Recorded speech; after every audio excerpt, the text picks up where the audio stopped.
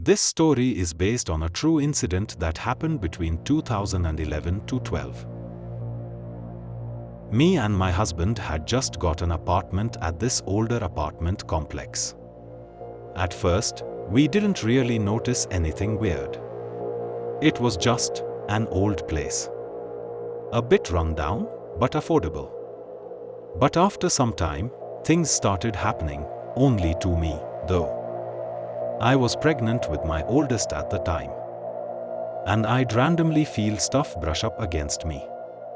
Like light touches, almost as if someone gently walked past me or bumped into me.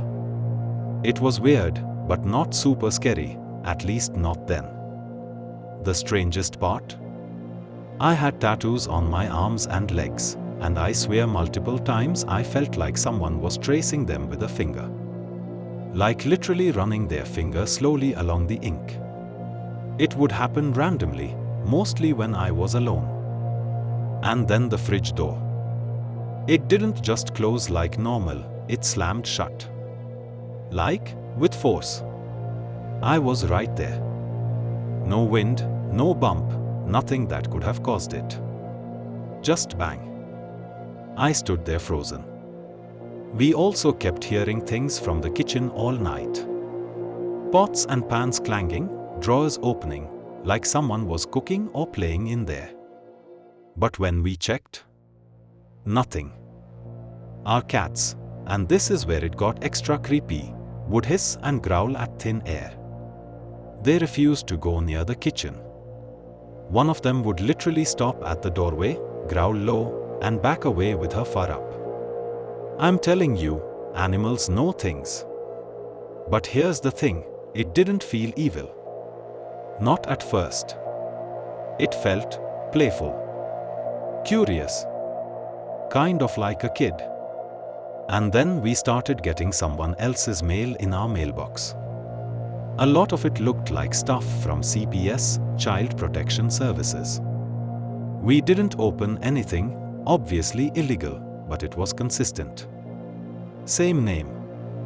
Same papers. And then the landlord told us, just like that, super casually, oh yeah, they abused their kid. One of them went to jail for it. It all kinda made sense after that. When my son was born, he would always stare into the kitchen, like full-on watching something. Then he started waving at it. Just standing at the baby gate, looking in, smiling and saying, hi. Like he saw someone there. He'd even giggle sometimes. Like he was having a whole conversation with someone we couldn't see. One day, I was taking a nap with him. I woke up and didn't see him next to me, so I got up fast and found him at the baby gate. And I swear I saw another child, probably 4 or 5 years old, standing next to him. Not solid, kind of hazy, but there. I froze. I grabbed my son and he was happy, calm, like this was normal. That's when it changed for me. I wasn't scared at first. But after that day, the whole place started to feel different. The air felt heavier. I felt watched all the time. Like, all the time. I started going to bed early just so I wouldn't have to be alone in the living room. We kept the baby in our room in his pack and play because I started hearing weird sounds on the baby monitor from his nursery. Static, whispering, sometimes a knock or thump. I couldn't sleep. I felt this pressure. I'd be brushing my teeth and feel eyes on me from the hallway. The hallway leads straight into our bedroom, and it always felt like someone was standing right there, watching me, watching us. My son started screaming every time he had to go into the hallway. And we couldn't even move at that time, no money, no options. We were stuck. Then the flooding happened. My son's room got water damage. They took forever to fix it and it got moldy. That finally gave us a reason to leave. We borrowed money, packed up, and got out for our son's safety. And here's the thing, after we moved, it all stopped. Instantly. I could sleep again. No more weird feelings, no voices, no whispers on the monitor. My husband wasn't sick anymore. He had been sick the whole time in that apartment, like always run down.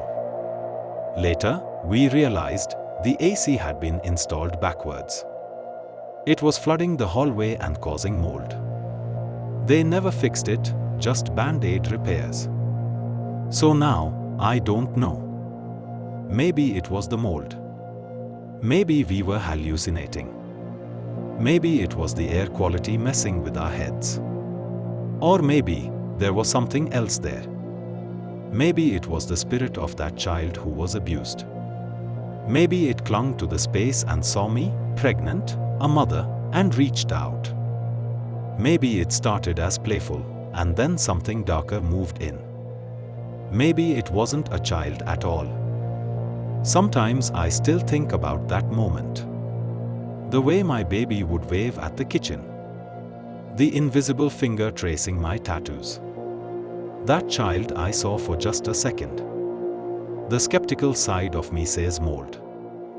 But the part of me that remembers how it felt, the cold, the fear, the eyes in the hallway, that side says something else. I still don't know what it was. But I've never felt anything like that again.